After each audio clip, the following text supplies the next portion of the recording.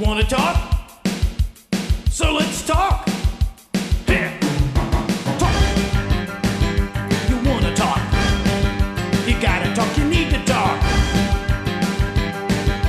News talk. I talk, you talk to Solomon. I talk, you talk to Solomon. Yeah, let's talk to Solomon. Talk to Solomon. Welcome to my favorite part of the Talk to Solomon show, where we have Dr. Alan Keyes on. My name is Stan Solomon, my co-host. Chief Steve. Former Police Chief Steve Davis. Also from Freedom Bound, we have Brent Johnson. That's me. Glad That's me. And yes, and by the way, folks, it just if you were not otherwise occupied on Saturday from 5 to 8 p.m. Eastern Time, you might want to tune into the Global Freedom Report, which is my show. And for more information on it, go to freedomradio.us. freedomradio.us. They'll tell you all about the show and all about all the other things that I do to support your right to live free from government control. Thank you, Brent. And now, from places near and far and from the coast of Ivory, that means teeth, Dr. Alan Keyes. Hello, Doctor. Hi, Stan. How are you all today? Hi, Chief. Hello. Hi, Alan. Good to talk to you. We have so much to talk about. I'd like you to limit your answers to no more than one day, okay? Write that down. Okay. I don't know. That's a hard request. I'm going to start with a topic that I'm sure you don't expect, but to me, it is one that everyone should be talking about, but no one will, but we will. And it's called Down Low. There is a project at the Trinity Church, wherever they call that church, that Reverend Wright is in charge of, to help their members become constructive and successful. And the program is called Down Low. Are you familiar with it, Dr. Keyes? I've read a little something about it, I think, in the last little while. Well, you're right. It's not being generally talked about. You got that right. Now, here's the program, and I don't know if I sent this article to Brent and to Chief, but listen. Down Low was a program. I love this story, by the way. I believe it's true. It was written by Jerome Corsi, who is a Harvard PhD, respected journalist who has never been proven to be an error in anything he's written. This program was to get members of that church, males who were involved in the homosexual lifestyle, ready? To keep their lifestyle secret and to marry women who couldn't otherwise find a guy, and then to act in a normal, quote-unquote, manner, and somehow that's how Barack and Michelle got together. Now, Michelle is the First Lady. Michelle has shown herself to be both smart and able to look very, very nice, so I'm not putting her down, but Snoop Dogg did, but I will get to that later. But the fact is, it has been talked about, it has been alleged, even though the mainstream media won't talk about it, that Barack Obama was involved in the homosexual lifestyle, was the lover of a rich Pakistani guy when he was in college, was accused outwardly of someone of being involved in both drugs and homosexuality, and they gave this guy a lie detector test, which he allegedly failed, although he claims it was rigged. And two people inside of the Trinity Church that talked about this issue both ended up being flat out murdered, executed. Now, I don't know personally, but it certainly explains a lot of things, especially for the first time in American history, a president of the United States endorsing, promoting, and embracing marriage between same-sex individuals. Dr. Keyes. Well, Stan, but don't you think that was part of the whole effort that put Obama into the White House in the first place? I think there's a lot about this man that seems to me to smack of agendas, right? And particularly of the agenda of the American elite, the folks who are embracing all the socialism and who are rejecting Christianity and who are rejecting the Declaration principles of equality, who are promoting so-called homosexual rights and abortion and all of this. I think that is now the dominant culture among the folks I call the elitist faction who dominated the universities and in many walks of life, sadly, in America, among the so-called successful people and achievers, as distinct from the grassroots folks who still adhere to basic American values and understanding, who love liberty, who think that the concept of unalienable rights ought to be respected, and who look to God and, as the maker of the universe, look to his will and law for our understanding of what marriage is all about, what human nature entails, and so forth. That's the grassroots folks. There's a tremendous battle going on with the elitists trying to shove their abandonment of these underlying and fundamental values and truths down the throat of a grassroots that doesn't want to accept them. And I think the idea that you would push somebody like Obama, think of all the things we don't know about this man. The simple fact of the matter is, you put somebody in the White House, his finger's on the nuclear trigger, he gets access to all the secrets in the country, which, by the way, have now been shared with our enemies and leaked, and it's supposed to be inadvertent. But if you looked at who he was, what his background was, and so forth, you expected all these things to happen. Now, I can't say I expected that we would find out that he was a homosexual, but it doesn't surprise me. If that turns out to be the case, I think it fits with the elitist agenda that this man was put in the White House to promote, both in terms of the destruction of our moral culture and in terms of the destruction of our Constitution, to allow for the reemergence of government of, by, and for the few, rather than of, by, and for the people. So sad to say, Stan, these things don't surprise me. And I think that folks are going to be all shocked and surprised, or pretend to be, who haven't bothered to look at his background and record, even what we did know. Because in what we did know, if people didn't shut their eyes to it, there were hints and suggestions of all of these things that now come out in terms of his affinity with Islam, in terms of this possible homosexual background. It was all there in his views, Stan. It was all there in the things, as you pointed out, that he promoted. It was all there in the stands that he took. And while people were lying to themselves and accepting the lies of people who were saying, well, he's so moderate and his speech at the convention was so moderate and so forth, we have really let ourselves fall prey to the worst kind of foolishness, in the sense that we are actually pretending to evaluate politicians on the basis of what they are saying today. Is there anything more stupid possibly imaginable?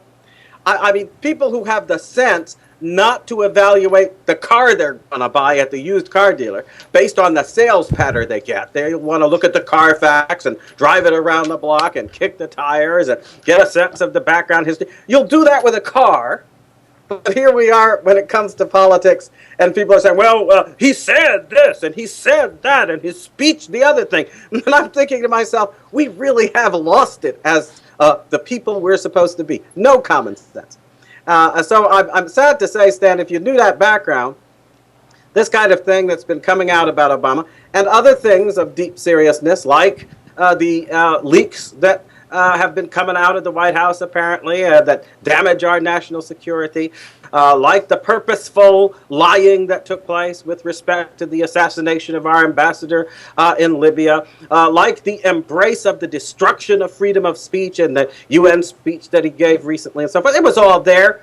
Any fool who looked at where this man stood could anticipate it. And if people go to my blog and read some of the things I was writing 2.5 and 3 years ago, they will find that I did anticipate them. And it's not a matter of prophesying and having some kind of ability to, outguess the future. No, you just reason with consistency from the facts that are in front of you and come to the conclusion that those facts warrant. And if you do it about Barack Obama, you reach certain conclusions that shouldn't surprise you when they turn out to be true.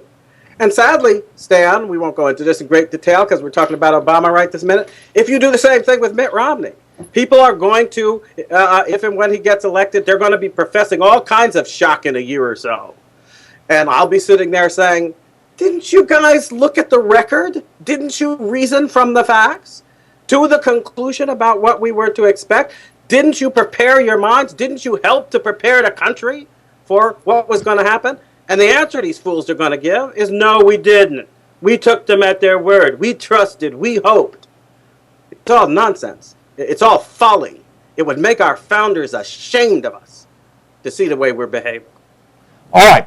Let me just give the panel an opportunity to comment. Start with you, Brad. I think, as always, Alan waxes eloquent on these matters. Essentially, to boil it down, what you're saying, Alan, is that people are evaluating liars by the things they say, which is really what's happening. We know that they're liars. We know that Obama lies. So then why do we listen to what he has to say if we know that he lies? I, too, watched Obama from the very beginning. I paid very close attention during his 2008 nomination acceptance speech at the Democratic National Convention. I watched his movement. I watched how he manipulated the audience. I listened to his words very carefully. And I'm not at all surprised at any of this stuff that is coming out or that is going on. But Stan, I have to say this about this particular issue. And you know how I feel about homosexuality. I think it is outright unnatural and wrong. But as an issue, and we're going into fantasy land right now, so you have to forgive me, but if Obama was doing everything right, he was protecting our freedoms, he was obeying the Constitution, he was honoring the Declaration of Independence, everything he was doing was on behalf of the American people. No selfishness, the man was the perfect president. And the only thing wrong was that he was engaged in homosexuality. I'd say, so what? In all honesty. But I agree with you. I think there's been that it's so hypocritical and so morally bankrupt that what they're doing with this thing about, teaching these people to get married to women so that they do not appear to be homosexual. And if I was homosexual, I would find that offensive that they were actually going through that kind of a program. Well, we all know you're not. I'm going to go to Chief in a second, but I do want to point this out, folks. I believe that Barack Obama is a disciple of the devil. That means that he is going to promote the devil's agenda and not God's agenda. It's in that light that I have a problem with this and many other things, because it's not what he does, it's what he promotes. Chief? Let me give you a little law enforcement caveat to this. First of all, people don't lie. It's very hard for human beings to lie. This is a worldwide trait. But if you pay attention and listen to how they say things, you can detect deception. And Obama speaks in code. So let me give you an example. If someone says, that event changed my life, well, what does that mean? It could mean they got cancer. It could mean they won the lottery. So when Obama says forward, that's his theme now, most people think about what they think forward means, which is liberty or progression or better economics. That's not what he means at all. He's got his own agenda for forward, and everything he says is in a code like that. So the next thing is I want to talk about the homosexual aspect of this, and I try to just look at it like a detective, like what's the outcome? First of all, I want to tell you, I used to really love a good conspiracy movie, but I never really thought there were many, but I'm convinced today there are conspiracies, and this is one of them. But why would the left promote homosexuality? Well, that's my belief, just to break it down to as simple as I can make it for me, is that they have to get rid of God. They have to eliminate God because God stands in their way, and they like to do things that will, if they can get me, for example, to admit that homosexuality is okay, I've taken away my belief in God. And piece by piece, little by little, they want to do that so that society removes God and they can have their way. That's why I say he's a disciple of the devil, promoting the devil's agenda, which is diametrically opposed to everything that God tells us we should be doing. And we've not heard from Barack Obama's college sweethearts, because there's probably not any. We've heard from some of his boyfriends, but none of his girlfriends. At any rate, I want to talk and ask you, Alan, a guy named Snoop Dogg. Now, if you ask me what Snoop Dogg is, he is a butt-ugly moron. But that I'm trying to not be too complimentary. At any rate, he made comments that don't vote for Romney because he's a white, the N-word. And you should vote for Barack Obama because his wife, Michelle, has a big butt. things that if I were to say, I would be accused of all kinds of things, attacked in all kinds of ways, and sued.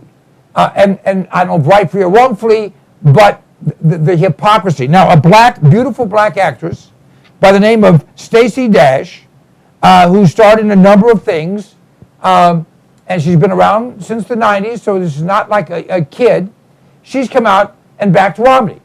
Well, because she's been called all kinds of N's, all kinds of B's, all kinds of this, because you're not allowed, if you're black, not to be for abortion, not to be for homosexuality, not to be for Barack Obama, not to be for anyone that's Democrat. I'd like your comments, Alan.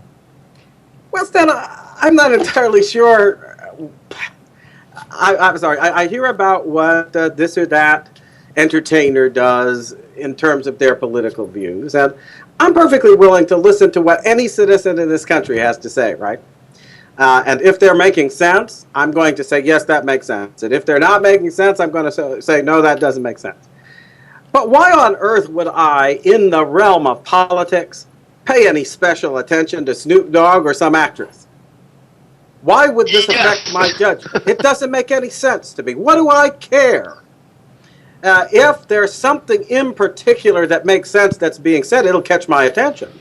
And then I might have a comment to make, well, that certainly made sense, and so forth and so on. And that would rise in my estimation, same way a Ronald Reagan was able to do. I didn't sit there thinking, oh, he's an actor, I'm not going to listen to him.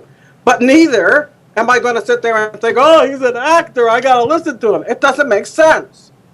And so I don't care. I'll be quite frank with you. People can go on with this trivial drivel all they want. Meanwhile, the American people, feasted to that kind of nonsensical, it's politically irrelevant bread and circuses garbage, are not paying attention to the things that are killing this country, and are not thinking through what's really going on. That's a circus. It's a stage show. I don't care about it, and I don't think anybody should. Alan, I agree with you. And if all of America had your intellect, we would have zero problems in this country. But the reality is... It's not intellect, it's common sense. Oh, even that. When they're going to attack Todd Aiken because of a misinterpretation of a well-meant statement and try and destroy him, but then the same people, the same media, are going to say it's okay for one person or one group of people to say whatever they want, and another group of people can't say anything, no matter how strongly they feel. That's the point I'm trying to make. Well, see, but if I got too much upset about this, that, and the other thing, I would be giving a validation to what in any case was an opinion without substance with respect to Todd Aiken. I didn't care what these people said. And it appalled me, by the way, that folks who should have known better did know better, including people who actually took Todd Aiken's position, which the Republican platform does, by the way, then proceeded to join these jackals, beat up on him, back away, and declare that he should be dropped down the toilet and we're not going to give him any money. See, so you got to be careful, because I am not going to spare these folks. You can't criticize the folks who dumped on Todd Aiken for his legitimate rape remark, and then forget that Mitt Romney dumped on Todd Aiken. And by the way, it wasn't for his legitimate rape remark. The statement that was issued by the Romney-Ryan campaign focused on an issue, rape, and whether you should make the exception for the child's life, so-called exception. So what they basically were saying is, as Romney himself has said, he has said, I think that abortion should be legal in the case of rape. Those words were words he used, I think, in the CBS interview. So he took a difference with Todd Aiken on the deep issue of principle. And then everybody wants to tell me, oh, Romney's pro-life. And I'm thinking, no, he's not. Because the principle is you got to respect the unalienable rights of all human beings created by God. Not when we say so, but when God says so. And he says that before conception, because he creates. Where we don't even see it, he creates. And he knows the substance of his creation before we even get involved. So when the Declaration says we're created equal, it's putting the question of whether or not we're to be respected in these rights beyond human judgments about how well developed we are in this quality or that quality in the womb. But does Romney do this? No. So I think we have to be careful, Stan. I want to just base my approaches on common sense and the principles that I respect, not on these silly endorsements from this one or that one or the other one, because they shouldn't matter. This is the elitist faction basically degrading and debasing our politics so that it becomes some kind of stupid popularity contest when life and death issues for our nation are at stake. We shouldn't put up with it. I agree. Brent? Stan, yeah. I agree completely with Alan on this whole thing. Why should I care what Snoop Dogg has to say in the first place? But is more relevant, and it's along similar lines, is that recently the South Suburban director of the in Chicago, South Suburban director of the NAACP, was threatened by a Obama re-election campaign worker. The guy was called up, was asked whether or not he supported Obama. He said no. He doesn't support Romney either. But he said he didn't support Obama, and the guy literally threatened him. We know who you are. We know where you live. You better watch out. And what this raises for me is, and this I think is a legitimate issue, it used to be that we could disagree on politics, but, we each have a right to our own opinion. It's gotten to a point where, if you voice a differing opinion, people are getting violent at the idea that you might not agree with them. And that is something that I think is becoming a greater issue of concern. I heartily agree with that concern. And I think that one of the things that was most disturbing in the last several weeks, and everybody paid attention to it, we talked about it as I recall, is that you have that going on in this gangsterish, sick, Chicago-style, Obama-style politics. Totally un-American, totally, absolutely unacceptable. Intimidation of people, introduction of this kind of terrorizing violence. But what was even more appalling and to me shocking was to hear Karl Rove acting like it's some kind of a joke that he should say, well, if Todd Aiken ends up murdered or something, don't come looking for me. I was floored because the first thing these people do, and when I say these people, I mean people who want to degrade and debase our freedom and our politics, is they try to act like that kind of talk is a joke. It's not a joke, y'all. And when people start to make jokes about introducing that kind of garbage into our political life, we ought to take them very seriously and kick them to the curb. Well, no matter who they are, no matter what party they That's belong. well said. But Karl Rove, and I'm no fan of Karl Rove, but Karl Rove said, one, I said this in a private gathering, had no idea that it was going to get out of the room. I immediately called and apologized to Todd Aiken, and I was 100% wrong. So at least give him credit that he agrees with you and said it was a stupid thing to say. I don't give him any credit at all. I'm sorry, Stan. The notion that because he said it in private to a group that included people with the wherewithal in private, meaning covertly, to carry it out, and I'm supposed to take reassurance from that, not on your life, I don't. Going into a room like that old King of England and saying, who will rid me of this troublesome cleric, right? And don't tell anybody about it, and so forth. And then it happened. And then you want to tell people they're crazy because they start thinking about conspiracies and the possibility that people are doing things covertly in order to destroy our way of life. I think it's time we woke up. This is intolerable. And his excuse, by the way, was a bad explanation for something that never should have happened. The fact that he thinks that somehow he's explaining it by saying that he did it in private, he never intended it for publication. Oh, I intended that this should be heard and maybe acted on in secret. And so now that it's come out, I'm going to make a big show of apologizing. I don't buy it. I don't buy it. I think that man should have been immediately sent packing from any association. If Romney wants to keep his credibility, he hasn't done it, and he has no credibility with me. All right, we're going to differ on that. Chief.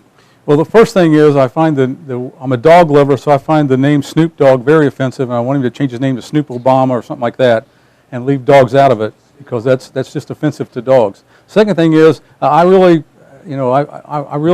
admire men who are big enough to say, I made a mistake, or I've learned from my past, and now I'm going to do it better. And a few examples. One was Bob Knight when he said, I'll never recruit a junior college player, changed his mind, won the national championship, and said, I was wrong. I'm a bit better man for that. So in regards to Mitt Romney, he hasn't come around yet with Romney Care, but he has gotten better with abortion. So I'm going to give him credit for that. He's not totally there yet, but he's coming around, Chief, so I like Chief, that. I can't let that go. This is a matter of changing his mouth and what it says, okay? The record shows that after his supposed conversion on the life issue, he committed the most egregious offenses in his record against life.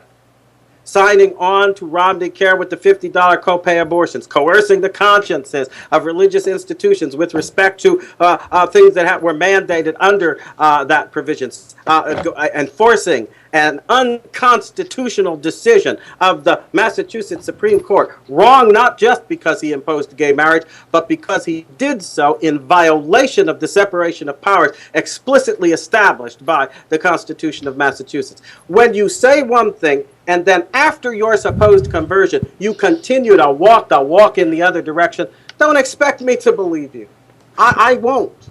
Well, let me finish with just what we started with, which is this beautiful actress who's come out in support of Mitt Romney. And perhaps she did this just to enhance her career. She got a lot of publicity. That's a possibility. But I want to go back, Whoopi Goldberg, for example, a black lady on the left, asked Ann Coulter, have you ever been black? And there's no way I could ever rationalize that at all in my head. But I do know that I have I got some black friends, not many because I only have friends that are conservatives, and they catch hell all the time from their friends and family because of their conservative views. But I worry, and I think about this every day, and I'm just still stunned that the black community, who's been decimated by Barack Obama and the left, still support him and their policies hand over fist. A report today just came out and showed that in the 4 years Barack Obama has taken the black community back 30 years in their advancements in the economics. Plus, we know now that because of Planned Parenthood that Barack Obama supports, that the most dangerous place for a black child to be is inside their mother's womb. So for this lady to say this, being a black, popular, movie star, lady that's very known to a lot of people, I think, first of all, it's bold, whether she really means it or not. I just have to think that she does believe it. And second of all, I'm glad for any black lady to say this because it's just something that other black people a lot of times people don't want to do by themselves. They need somebody to help them come along, to cross that bridge, and I'll take any of that I can get. All right, guys, we're going to take a break. We'll continue this discussion on the other side. This is Talk to Sully.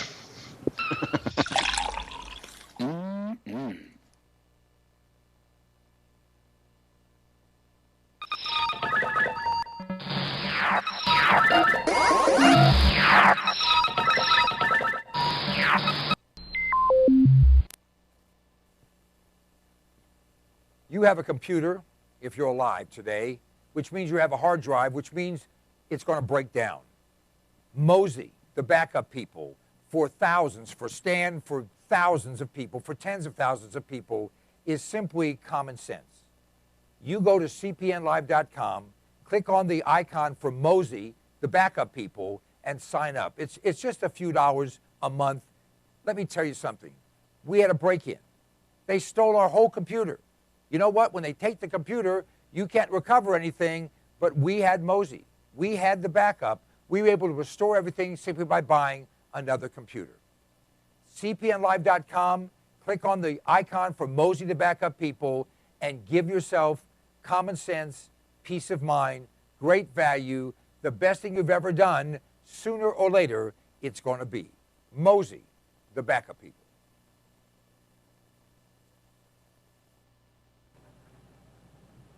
I like to eat. You like to eat? We all do. And usually we run to the grocery store, we run to the convenience store, or we have something in the fridge.